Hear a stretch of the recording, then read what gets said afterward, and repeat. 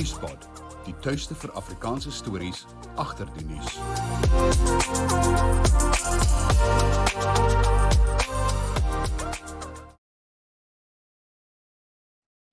Good day, everyone.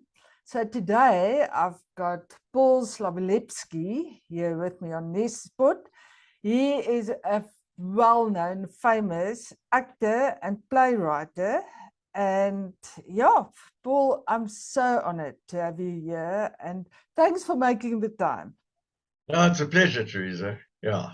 I don't know if you can remember, Paul, but years back, I did an interview with you. It was in Cresta in exclusive books. I think it was for Rapport. Can you remember that?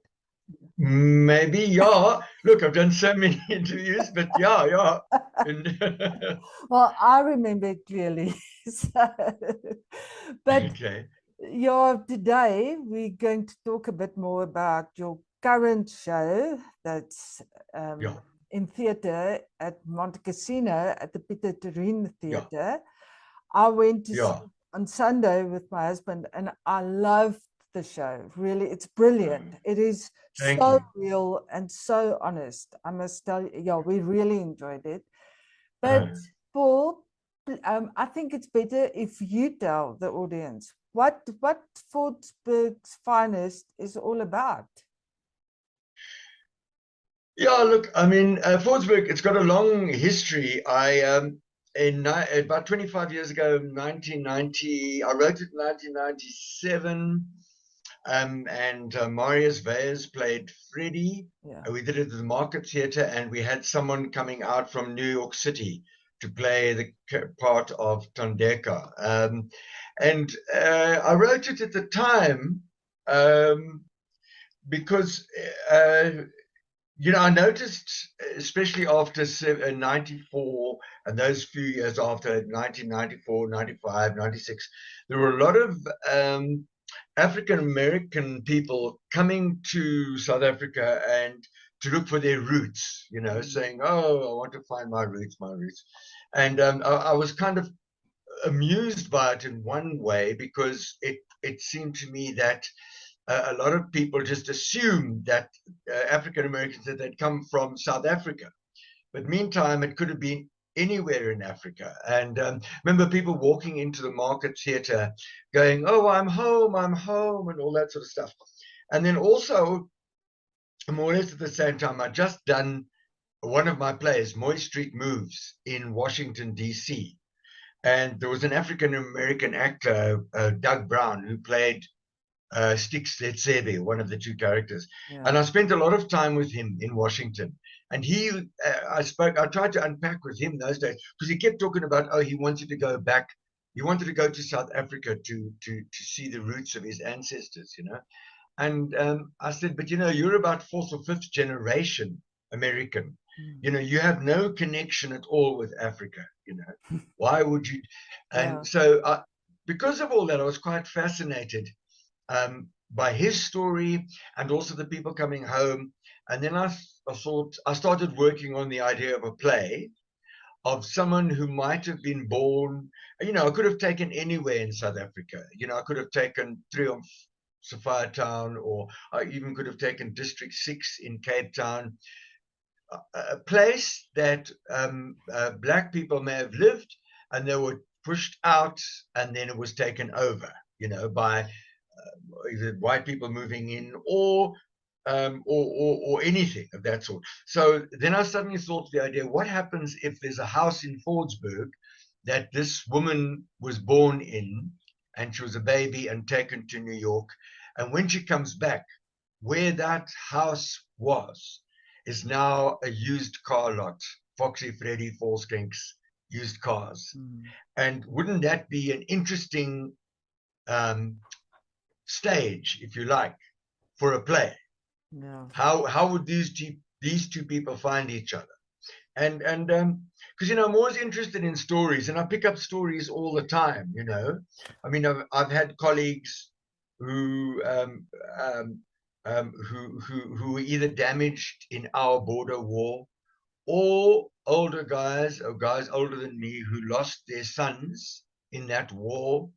So I thought I was able to tell a story that would deal with pain on Freddie's behalf, pain that Freddie would have suffered, and also the pain that someone like Thandeka would have suffered in being uprooted from her country, forced to go into exile.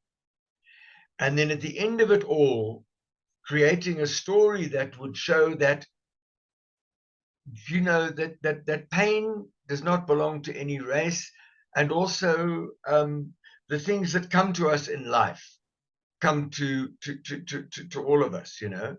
So it's not to score points on who suffered most, you know. There's a lot of lines about that in the play. You know, I try and point out the fact that Freddie Volskink is hugely upset that his son died in a war that was unjust. Fought for what? What did they fight for? You know, why did his son die in Angola? For nothing, really. Yeah. To uphold an ideology, you know, that we must be separate. But at the same time, in doing a play like this, as I do it with all of my work, I did it with The Return of Elvis to Pisani, I did it with Hole in One, Suddenly the Storm. In my plays, I always show the human side of things, humanity, that there is humor, there is laughter, there is joy, there is tragedy.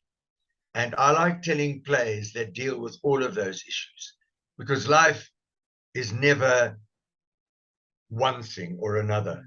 It's everything. And also, you know, for me, it's also looking at the injustice of racism. You know, for me, there's a lot of my plays. In fact, I'm thinking of assembling a few of my plays that deal with race, and I've done a lot. I've got about 6 plays that deal with it.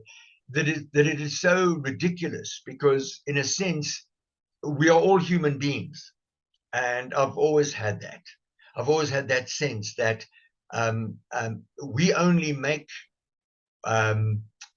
divisions for ourselves through fear. You know, the world is a great melting pot of all races, religions, and cultures. You know, I mentioned the play, race, religion, culture. She even says, Thandeka says, is it all a crock of shit? Does it really exist? You know, and you know, people move around the world a lot now, even more. You know, the world is a village, and we need to start looking at ourselves as the human race. And also, particularly at this time, I'm very aware of the fact that our planet is in great danger of floods, droughts, lack of water, all because of man's greed. You know, global warming is our biggest issue, and anyone who faffs around with immigration or migration or race or color or creed or culture is all messing around with tiny little things. These are things that we should not be worrying about at the moment. What the whole world needs to focus and concentrate on is our planet.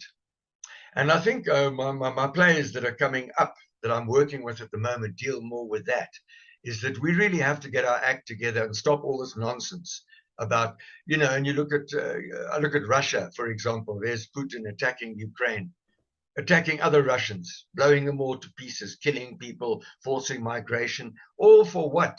Geopolitics. And what is geopolitics? So our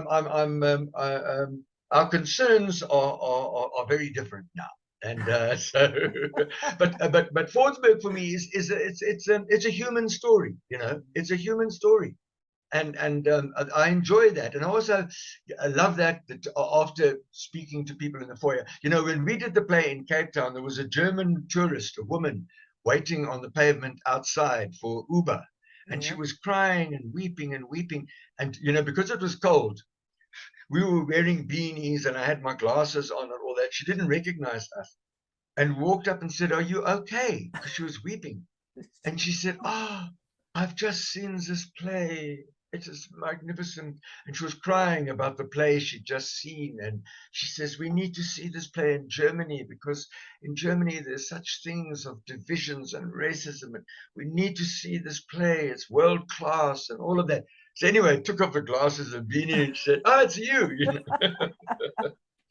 but it also shows that it touches people from all over the world. You know, it's not just, it's a subject that the world is dealing with, you know. And and there's yeah, a universal language that's spoken yes, in the play.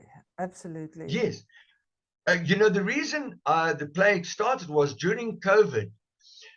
I joined a group in New York that was doing play readings, and we had Suddenly the Storm, which was my other play before this, and we showed them the video, and they all loved it. And they said, "Haven't you got anything else?" And I said, "Yeah, I've got a play about an African American lady from New York."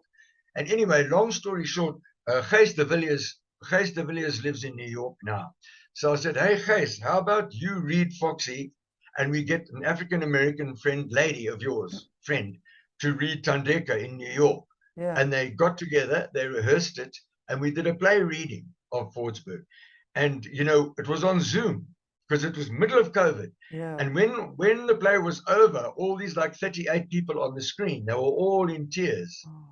They were from New York and they're all over America. And they said, "Oh, you've got to see this play in America. We've got to see this play in America." So that's what got me the idea to revive it and do it again. Yeah. Amazing. So I want to take it to New York, actually. I think it's important because they say that it's important that it's seen over there. So who knows, you know, you just set the ball rolling, you see what happens. Exactly. Yeah. But Paul, what do you want people to take away from the play? What was the initial idea?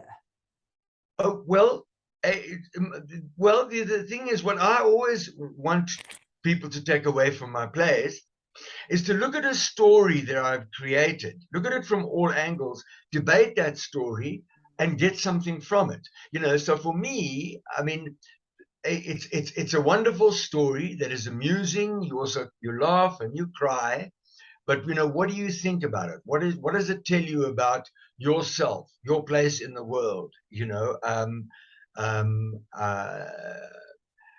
you know, can we?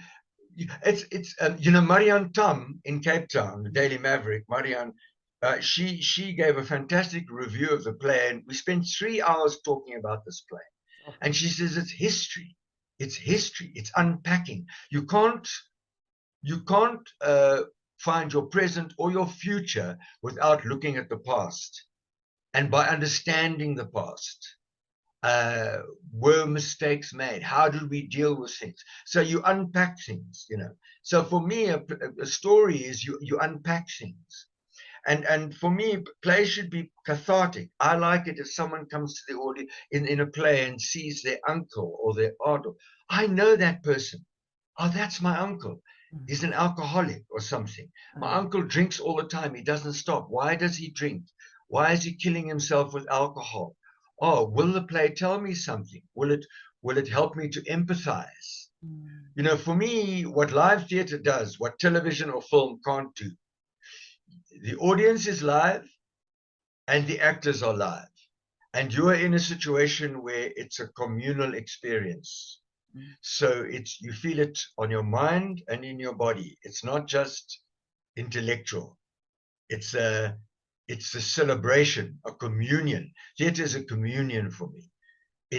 There's a debate that happens, and the debate doesn't happen only through words. It happens through feelings and emotions and everything. And that's why for me, I mean, I love television, movies, great, but theater for me is the alpha and the omega.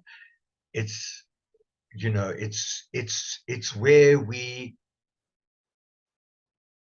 get in touch with our deepest emotions. Yeah. No, that's very true. And that's why I love theater. And that's why I always tell theater stories.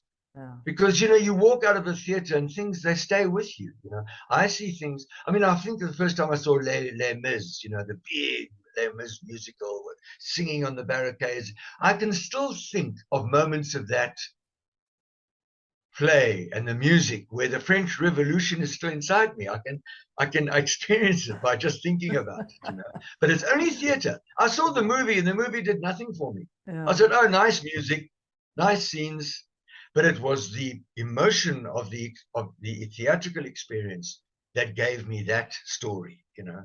So Ja. that's always, I use that example of the difference between live theatre and a film. Ja. Yeah. Yeah, and I must tell you, there's really something about Freddie Volsking. You feel like you know this guy. You know him Yeah, from yeah. somewhere. It's either somebody in your family or a family friend, or yeah, what a wonderful character. Yes, thanks. No, I know somebody they said they've got an worm in Cape Town, and it said you were just like him. You were channeling that guy because he always comes with funny stories about how you make your car work. Yeah. But you see, that is the point. Also, you know, when I did the Return of Elvis to Pisani, which I don't know whether you saw, that's still one of my favorite plays ever. It's about a businessman who's got children and he's about to gas himself in the car. He's going to commit suicide, and then finds a way of realizing that he can't do that. He has to live. His children, his wife, he has to continue living. And I'll never forget, there was a guy who I did the play one night, and after the performance, there was one person waiting. Everyone else had gone home. It was a full house. Everyone had gone home. And he was standing, and I went up to him, and he said to me, told me the story that he wasn't going to go to this play tonight. He wasn't going to come and see this. His girlfriend arrived and said, listen, we're going to the theater. And he said, no, he didn't want to go. And then she forced him to. She says, I've got tickets. You're going to come along. And he told me the story. And then she'd gone off home afterwards. And he said that that night he was going to take his own life. He was a guy in his, like, he looked like late 30s. And he said, I was going to take my own life tonight. And something made me come with her when she said, no, I've got tickets, you're going to come. And seeing the play, he said to himself, no, I've got something to live for. Because that's what the play is about. It's a guy who got life goes full circle and he realizes there's a reason to live. And he said it was interesting that what made him come and see that play that night. But I always said to myself, if I wrote the Elvis to Pisani, I did for 3 or 4 years, and I did several runs of it. I played it to thousands and thousands and thousands of people all over South Africa. And I always said to myself, if I wrote that play just for that one person, Then it was that was good enough for me. Wow. Because it saved a life. Yeah. Wow. And that's the power of theater, you know. That's the power of theater. Oh. And also, you know, there was a lot of autobiographical stuff in that play, like I spoke about Karel Boshoff in Modderfontein when I was a little kid. He used to take old motor cars and scrape them down and then repaint them, you know. He used to repaint the cars. And I used to have people coming up saying, oh, they remember Mr. Boshoff who used to paint motor cars in his backyard, you know. Oh, really? And so little pieces of history that people say, is that same man? And he also had a baboon on a chain and all that. And I said, yeah, that's the same man. You know, so it's interesting. And so I love stories from the heartland. And, you know, I grew up on the platteland. I grew up Modderfontein, Witbank, Messina, Petersburg, which is now Polokwane. I lived in all of these places, Vanderbijl Park. So my whole life I lived in small towns of South Africa. And a lot of my stories come from these places that people in the big city haven't seen, you know. Just to take people back, you were born in the UK. Yeah, and then you moved when you were 3 years old. Your parents. Well, I was 2. Yeah, 2 years old. Yeah, my father immigrated to South Africa. Was my mother. I was born in England, and then he worked in Modderfontein Dynamite Factory. That's where we started, and then we moved up to Witbank and then Messina, and so I only lived in small towns my whole life until I was 18, and then I went to Ike's, to UCT. Yeah. Paul, and I actually saw somewhere that you were 12 years old when you started acting underneath this baobab tree and telling stories. Yeah, I stood under the baobab tree in Messina Primary School.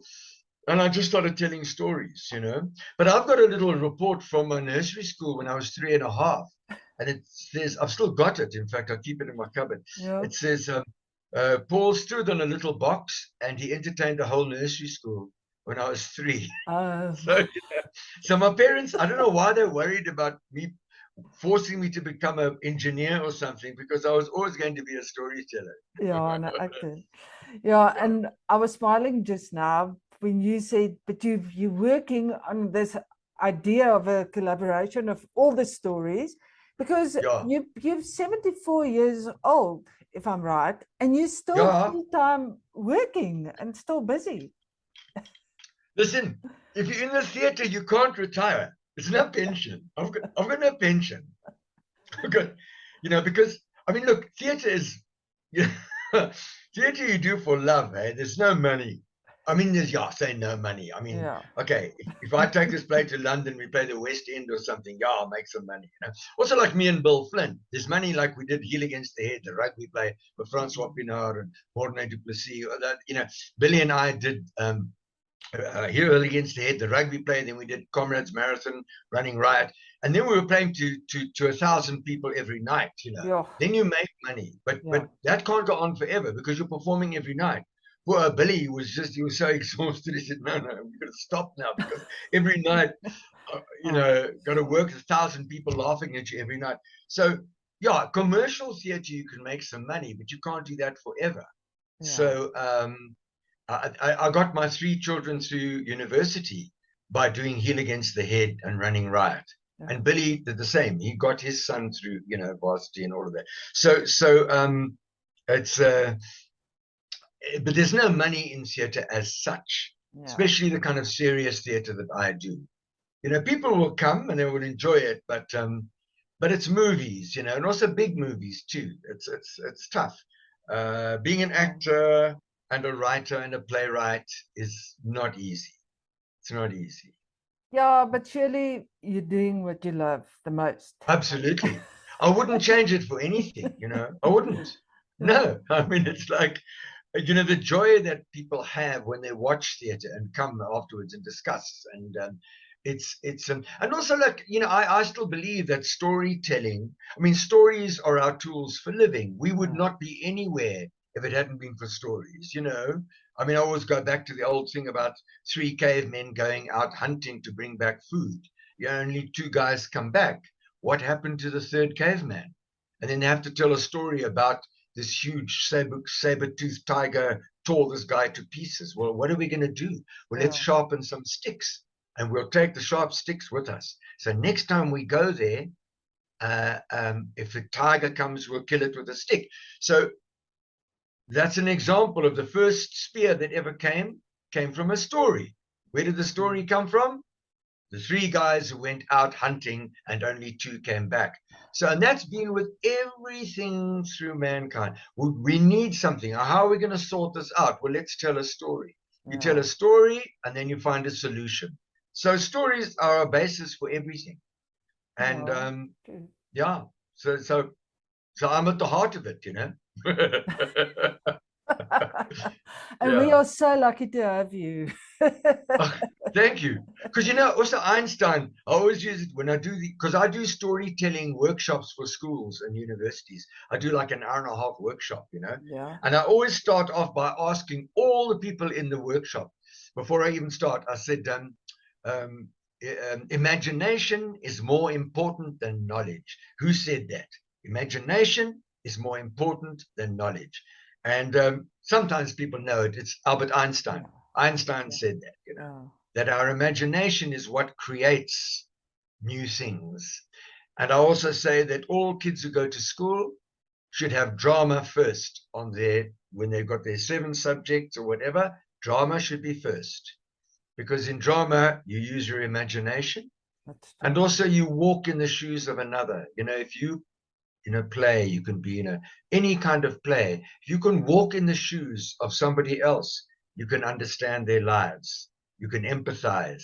You can identify. Because for me, also, that's why I write. My characters are also neither good nor evil.